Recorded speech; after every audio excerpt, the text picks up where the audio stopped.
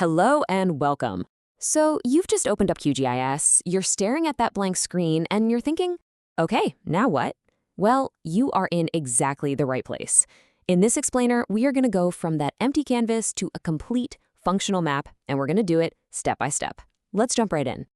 Here's our game plan. We're going to tackle this in 6 main parts. First, we'll set up our project. Then we'll get our data loaded in and make sure it all lines up correctly.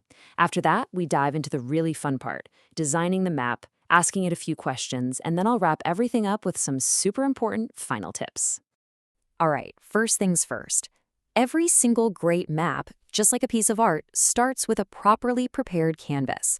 For us, that means setting up our QGIS project the right way from the very beginning. Yeah, that blank window can be a little intimidating, right? You've got all these toolbars and panels and just a whole lot of empty space. But don't you worry, we're about to make sense of it all. We're just going to take a few simple but really important first steps. So before you even think about adding data, we've got to set the rules for our map. It's like prepping the canvas. First step, create a new project. And then immediately go into the project properties. In that general tab, give your project a title, and listen, this is absolutely crucial. Set your map units. If you're going to measure anything at all, like a road or a park, setting this to meters right now is a must. Trust me, it will save you from some major headaches down the road. Okay, our canvas is officially prepped. Now it's time to gather our materials. The actual data that's going to become our map. But you should know, in the world of GIS, our materials come in 2 very different flavors. This really shows the 2 fundamental ways that GIS sees the world. On one hand, you've got vector data. Think of this like drawing with a pen, using really precise points, lines, and shapes to represent things like roads or property lines. On the other hand, you've got raster data, which is way more like a photograph. It's a grid of pixels, and it's perfect for things that are continuous, like elevation, temperature, or satellite images. And the vector model is actually beautifully simple. It all just boils down to these 3 types. Points are just single locations, right? Like a tree or a light pole. Now connect a few of those points together, and boom, you've got a line, perfect for a river or a road. Then just close that line up for the start and end points meet, and you've got yourself a polygon, which can represent something like a lake or a park. See? Simple. Okay, let's get this data into our project. From the Layer menu, you can add your vector and raster files pretty easily. But here's a fantastic little tip for you. What if you have data in a spreadsheet, like a CSV file that has latitude and longitude coordinates? Well, QGIS has this amazing tool called Add Delimited Text Layer that will turn that spreadsheet into a map layer in seconds. Now, once your layers are in, you have to think of them like a stack of see-through sheets of plastic. The order you stack them in really matters.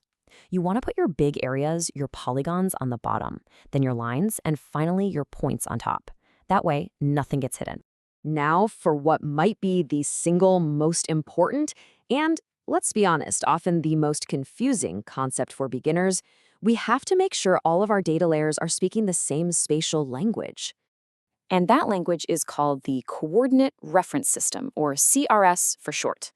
To put it simply, it's the mathematical rulebook that tells QGIS how to take the flat X and Y coordinates from your data file and place them correctly onto our big, curved, 3-dimensional planet. So, what happens if you load a layer of roads and a layer of city boundaries, and they show up hundreds of miles apart, even though you know for a fact they cover the same exact area? Well, that is a classic CRS problem.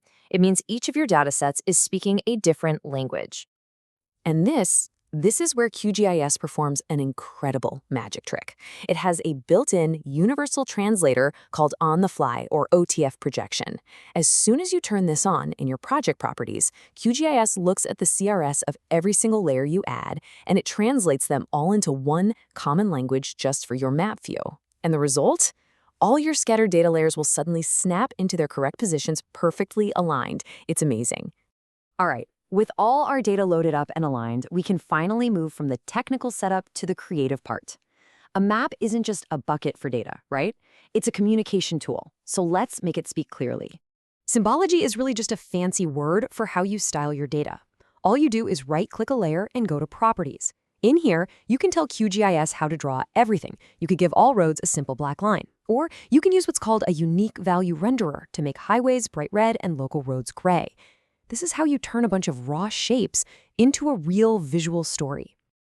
Next up, let's give our features a voice by adding some labels.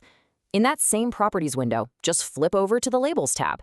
You can tell QGIS to show a label for each feature using data that's already in your attribute table, like a road's name or a city's population. A good label can make a map instantly so much more useful.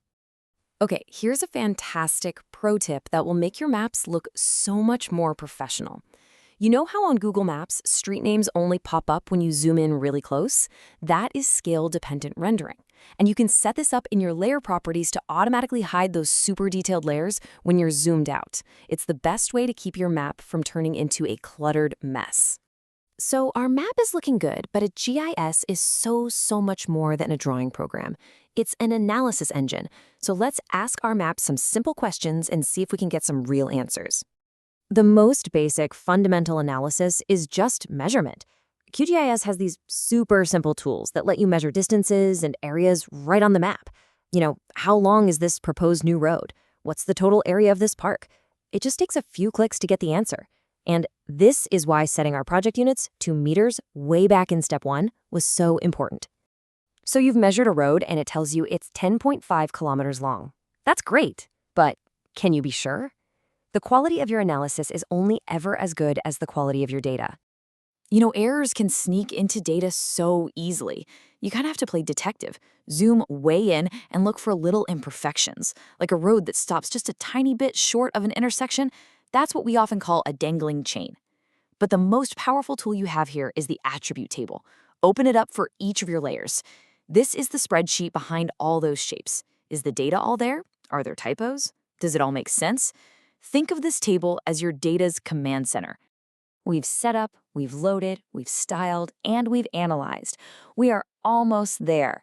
Let's just wrap this all up with a few final tips to make sure all your hard work is saved and managed properly. Okay, 4 final tips to live by. 1, save your project constantly. 2, and this is a big one, you have to understand that the QGIS project file, the .qgs file, does not contain your data. It only remembers where your data files are. So if you move your data files, your whole project will break. Keep them together in the same folder. 3, use that little checkbox next to each layer to quickly turn it on or off. And 4, always be mindful of your CRS. It is the foundation for everything you do. And there you have it. You've officially gone from a blank screen to a fully functional map. You've learned how to load data, align it, style it, and even ask it questions. Now, the process itself is powerful, for sure, but the real power comes from the questions that you can now ask and answer. So, what will you explore next?